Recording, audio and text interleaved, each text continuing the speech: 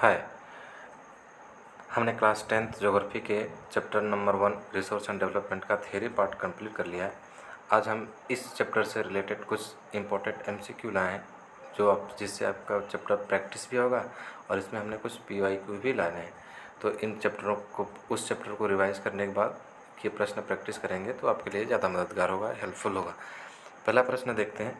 On the basis of origin resources can be classified as. Origin के आधार पर resources को क्लासिफाई किया जाता है। Biotic, abiotic, renewable, non renewable, potential and developed, या फिर option number D none of the above. तो हमने पढ़ा था कि बेसिस ऑफ ओरिजिन के आधार पर रिसोर्सेज को दो भागों में क्लासिफाई किया जाता है और वो दो भाग कौन से हैं? Biotic and abiotic. तो इसका सही जवाब क्या होगा? Option number A. प्रश्न नंबर 2 है, on the basis of status of the development resources can be classified. Status of development के आधार पर रिसोर्सेज को क्लासिफाई किया जाता है। वे कौन कौन से भाग हैं या किस रूप में क्लासिफाई किया जाता है? Option number A potential, option number B developed stock, option number C reserve, या फिर option number D all the above. तो स्टेटस ऑफ डेवलपमेंट के आधार पर ये सारे ही तरीके हैं जिसके आधार पर हम रिसोर्सेज को क्लासिफाई करते हैं। मतलब पोटेंशियल भी है, डेवलप्ड स्टॉक भी है, रिजर्व भी है। मतलब इस प्रश्न का सही जवाब क्या होगा? Option number D. अगला प्रश्न है, minerals and fossil fuels are example of non renewable resource which can take for their formation. जो मिनरल्स और फॉसिल फ्यूल हैं ये नॉन रिन्यूएबल रिसोर्सेज के एग्जाम्पल हैं। इन्हें बनने में कितना समय लग जाता है? हंड्रेड्स ऑफ ईयर लगता है, option number A. Thousands of year, option number B. Millions of year, option number C, या फिर option number D just a year. तो ये फॉसिल फ्यूल और मिनरल्स जो नॉन रीन्यूएबल रिसोर्स हैं इन्हें बनने में मिलियंस ऑफ ईयर लग जाते हैं। ऑप्शन नंबर सी प्रश्न का सही जवाब होगा। अगला प्रश्न देखते हैं, all minerals, waters, resources, forest, wildlife, land within the political boundaries and oceanic area up to from the coast term as territorial water and resources therein belong to the nation. मतलब कि जो territorial water है उसके अंतर्गत आने वाले जितने resources हैं, चाहे वो मिनरल्स हो, चाहे वाटर्स हो, फॉरेस्ट हो, या फिर लैंड रिसोर्सेज हो, ये सभी उस देश को बिलोंग करता है। तो आपको बताना है कि वो टेरिटोरियल वाटर की हम मेजरमेंट कैसे करते हैं या उसकी लेंथ कैसे डिसाइड करते हैं, कितना है वो। तो हमें पता है कि मान लेते हैं कि ये भारत का पेनिनसुलर क्षेत्र है और ये कोस्ट वाला क्षेत्र है। तो कोस्ट वाले क्षेत्र से लगभग 12 नॉटिकल माइल्स समुद्री वाला क्षेत्र, इस क्षेत्र को कहा जाता है टेरिटोरियल वाटर। और टेरिटोरियल वाटर के अंतर्गत जितने भी रिसोर्सेस हैं उस सभी का उपयोग वो देश बिना किसी देश के ऑब्जेक्शन के पूरी तरह से करने के लिए आज़ाद है। तो वो टेरिटोरियल वाटर की लिमिट क्या है? 12 नॉटिकल माइल्स। और जैसे ही 12 नॉटिकल माइल्स से और आगे बढ़ेंगे तो 200 नॉटिकल माइल्स जिसे कहा जाता है एक्सक्लूसिव इकोनॉमिक जोन। फिर 200 नॉटिकल माइल्स से आगे जाएंगे तो इसे कहते हैं ओपन सी। और ओपन सी के जितने भी रिसोर्सेज हैं उस रिसोर्सेज को कोई एक व्यक्ति मनमाने तरीके से उपयोग नहीं कर सकता। यदि उसे उपयोग करना है तो इंटरनेशनल जितने भी देश हैं उन देशों की आपसी सहमति के साथ ही उसका उपयोग किया जा सकेगा। तो प्रश्न नंबर 5 का सही जवाब है 12 नॉटिकल माइल्स। मतलब किसी भी देश का टेरिटोरियल वाटर कितना माना जाता है? कोस्टल लाइन से 12 नॉटिकल माइल्स तक।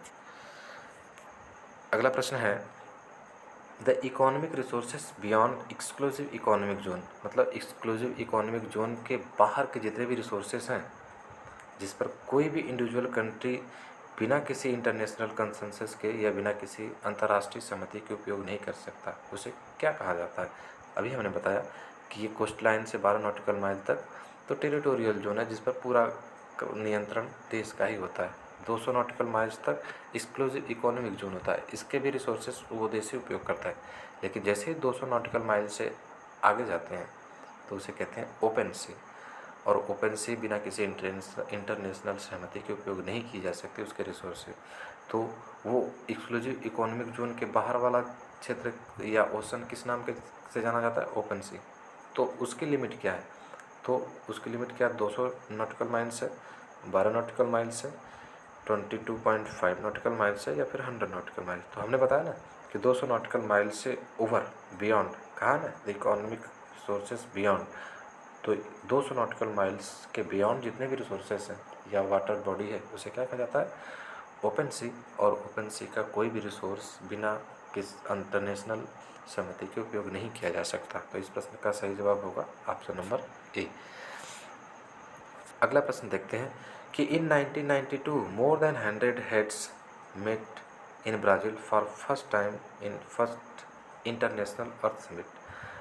1992 में ब्राज़ील में पहली बार इंटरनेशनल अर्थ समिट हुआ तो ब्राज़ील के कहाँ पर हुआ था?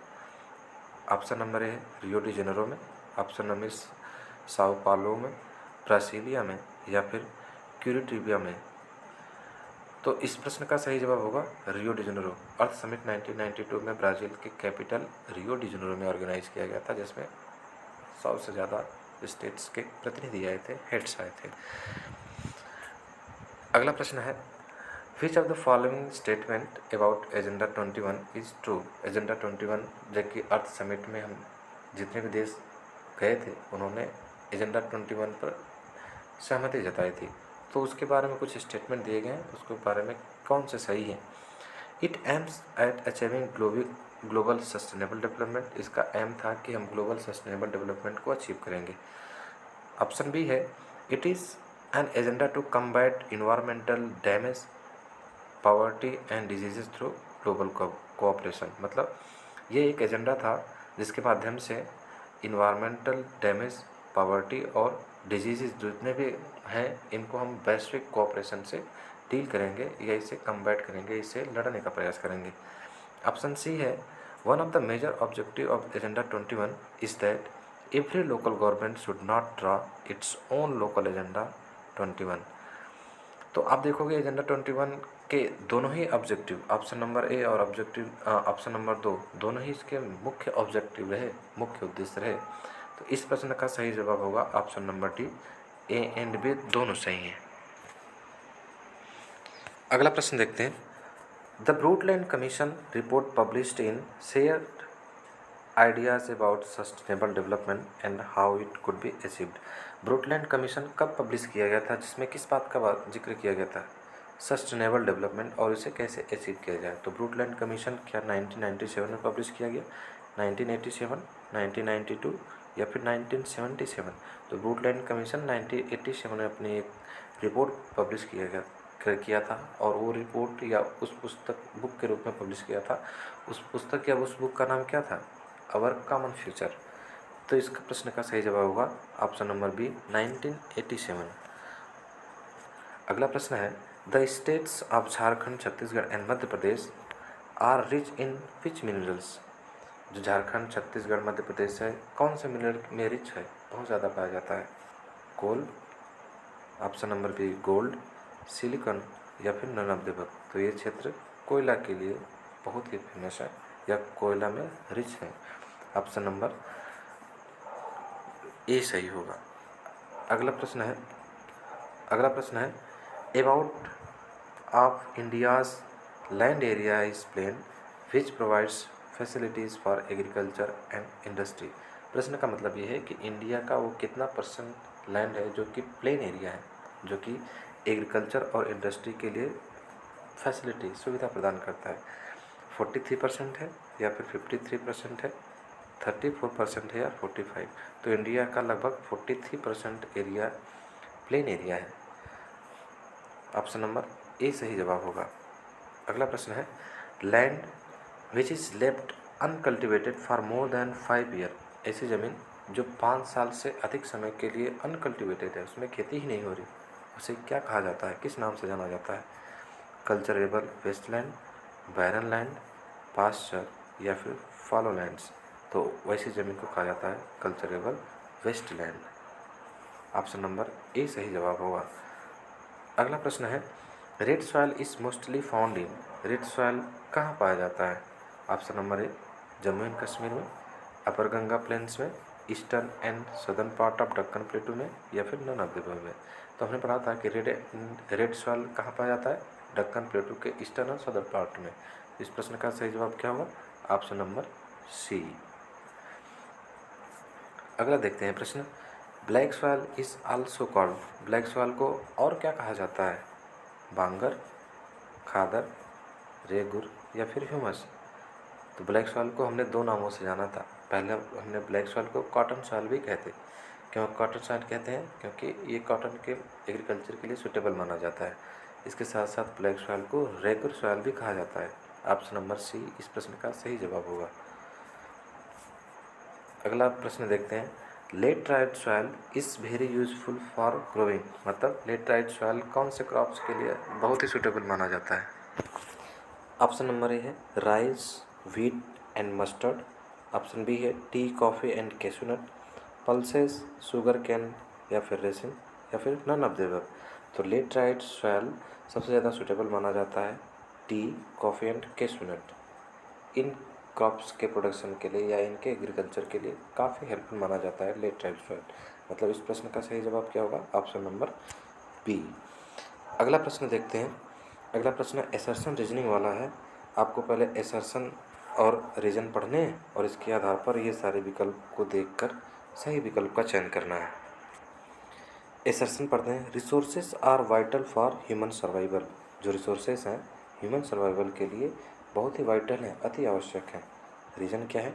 दे help in maintaining economic development and equality of life. ये इकोनॉमिक डेवलपमेंट और क्वालिटी लाइफ को मेंटेन करने में मदद करते हैं। ऑप्शन है A and R both true हैं और आर ए का करेक्ट एक्सप्लेनेशन है। ऑप्शन बी है ए एंड आर दोनों ट्रू हैं but R is not the correct explanation of A. अगला ऑप्शन है A is true but R is false. D है A is false but R is true. तो जैसे statement और assertion और reason पढ़ने से हमें समझ में आता है कि रिसोर्सेज हमारे ह्यूमन सर्वाइवल के लिए वाइटल हैं। क्यों वाइटल हैं? क्योंकि दे help in maintaining economic development and quality of life. मतलब एसर्शन और रीजन दोनों सही हैं और करेक्ट एक्सप्लेनेशन भी है। तो इस प्रश्न का सही जवाब मानेंगे हम option number A and R both are right and R is correct explanation of A. अगला प्रश्न देखेंगे, एसर्शन रीजनिंग वाला ही है। Soil erosion is a serious environmental issue. Soil erosion एक गंभीर इन्वायरमेंटल इशू है। रीजन क्या है? It leads to loss of fertile top soil and reduce agricultural productivity. क्योंकि ये जो टॉप सॉइल है फर्टाइल वो तो लॉस हो जाता है और इससे एग्रीकल्चर प्रोडक्टिविटी भी क्या होती है? कम हो जाती है। और इनमें से आपको ऑप्शन देखना है। तो हमें एसर्शन और रीजनिंग पढ़ने से ही हमें समझ में आ रहा है कि जो सॉइल इरोजन है एक तो सीरियस प्रॉब्लम तो है ही, इन्वायरमेंटल इशू तो है ही, और जो सॉइल इरोजन है इससे टॉप सॉइल तो हमारा लूज हो जाता है, लॉस हो जाता है, जिससे हमारी एग्रीकल्चर प्रोडक्टिविटी भी क्या हो जाती है? रिड्यूस होती है। मतलब एसर्शन भी सही है, रीजन भी सही है और एसर्शन और रीजन जो है एसर्शन को सही तरीके से एक्सप्लेन भी कर रहा है। मतलब इस प्रश्न का सही जवाब ए होगा। Both A and R are true and R is correct explanation of A. मतलब इस प्रश्न का सही जवाब होगा ऑप्शन नंबर ए। अगला प्रश्न है मैचिंग के सवाल है, कॉलम ए और कॉलम बी। कॉलम ए में रिसोर्सेज के बारे में दिया गया और उसके कुछ एग्जाम्पल दिए गए हैं कॉलम बी में। Renewable resource, non renewable resource, biotic, abiotic. और उसके सामने दिया गया है coal, solar energy, animals, minerals. जैसा हमें पता है कि renewable resource solar energy renewable resource है और कोयला कैसा है? Non renewable. बायोटिक रिसोर्स ऐसे लिविंग ऑर्गेनिज्म को बायोटिक जैसे एनिमल्स। एबायोटिक मतलब नॉन लिविंग ऑर्गेनिज्म जैसे मिनरल्स। तो इस प्रश्न का सही जवाब यदि हमें ढूंढना हो तो ए को हम बी में मिला देंगे पहला का, और दूसरा को ए में, बायोटिक को सी में और चौथा ए बायोटिक को डी यानी मिनरल्स से मिलाएंगे। ठीक है, अगला प्रश्न देखते हैं। ये भी है, कॉलम ए को कॉलम बी के साथ मैच करना है। कॉलम ए में सॉइल के टाइप दिए गए हैं और कॉलम बी में उस सॉइल के कैरेक्टरिस्टिक्स दिए गए हैं, तो आपको मैच कराना है। Black soil, alluvial soil, red soil, laterite soil. इसके अलावा suitable for wheat, rich in potash and good for cotton, found in plains, और इसके अलावा फॉर्म ड्यू टू लीचिंग। जैसे ब्लैक सॉइल, ब्लैक सॉइल का नाम सुनते ही आपको दो बातें ध्यान आनी चाहिए कि ये इसे रेगुर सॉइल भी कहते हैं और एक काटन के एग्रीकल्चर के लिए सही माना जाता है, मतलब पहला को हम बी में मिला देंगे। एलुवियल सॉइल, एलुवियल सॉइल तो इंडिया के नॉर्दर्न प्लेन में बनते हैं और नॉर्दर्न प्लेन में तो रिवर्स के द्वारा ये बनते हैं, तो दो का किस में मिला देंगे, सी में। रेड सॉइल, रेड सॉइल इससे पहले रेड सॉइल को छोड़ सकते हैं, हम अभी देखते हैं लेटराइट सॉइल। और लेटराइट सॉइल के बारे में हमने पढ़ा था कि ये हैवी रेनफॉल वाले क्षेत्र में डेवलप होते हैं। जब हैवी रेनफॉल होगा तो लीचिंग होंगे, लीचिंग मतलब ऊपर का टॉप सॉइल बह जाना, तो लेटराइट सॉइल को डी में मिला देंगे और बचा 3, तो इसे हम ए के साथ मैच कर देंगे। ठीक है, आगे देखते हैं। ये भी मैचिंग के ही हैं, स्टेट्स के बारे में दिया गया और वहाँ पर सॉइल टाइप्स के मतलब कुछ स्टेट्स दिए गए और इधर सॉइल भी दिए गए, तो कौन से स्टेट्स में कौन सी सॉइल पाई जाती है, महाराष्ट्र, पंजाब, कर्नाटका, केरला, और इधर ब्लैक सॉइल है, एलुवियल सॉइल है, रेड सॉइल है और लेटराइट सॉइल है। महाराष्ट्र वाले जो दक्कन प्लेटू में यहाँ तो ब्लैक सॉइल पाया जाता है, मतलब पहला का ए ही होगा। पंजाब जो कि नॉर्दर्न प्लेन वाला हिस्सा है तो यहाँ एलुवियल सॉइल पाया जाएगा, तो दूसरे का बी। कर्नाटका में रेड सॉइल और केरला जहाँ पर ज़्यादा बारिश होती है यहाँ पर लेटराइट सॉइल पाया जाएगा। ठीक है, अगला देखते हैं। यहाँ पर कुछ कंजर्वेशन मेथड्स दिए गए हैं और उसके सामने दिया है पर्पज़, मतलब ये कंजर्वेशन का मेथड्स है और ये पर्पज़ दिए गए हैं, आपको मैच करने हैं। जैसे एफॉरेस्टेशन, एफॉरेस्टेशन का मतलब पेड़ पौधे लगाना, मतलब planting tree. Terrace farming, terrace farming मतलब क्या होता है, सीढ़ीदार खेती। और सीढ़ीदार खेती अब बताएं आप कि कौन से क्षेत्रों में होते हैं, ज़्यादातर माउंटेनियस रीजन में। और इसको टेरेस फार्मिंग करने के पीछे मुख्य कारण क्या होता है कि सॉइल इरोजन को रोका जा सके, मतलब बी में ही इसको मैच कर देंगे। स्ट्रिप क्रॉपिंग मतलब खेत के कुछ हिस्से को हम पट्टियों के माध्यम से, घास के माध्यम से, एक स्ट्रिप के माध्यम से उसे ढक देते हैं। इससे क्या होता है, विंड के माध्यम से जो मिट्टियाँ उड़ सकती थी, जो इरोजन हो सकता था, वो क्या हो जाता है, रिड्यूस हो जाता है। अगला है कंटूर प्लाविंग, कंटूर प्लाविंग को डी के साथ मिला देंगे, प्लाव एलॉन्ग स्लोप्स।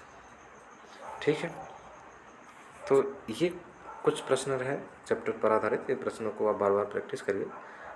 अब नेक्स्ट टाइम हम कुछ नए टॉपिक के साथ मिलेंगे, तब तक के लिए रिवीजन करते रहिए। धन्यवाद।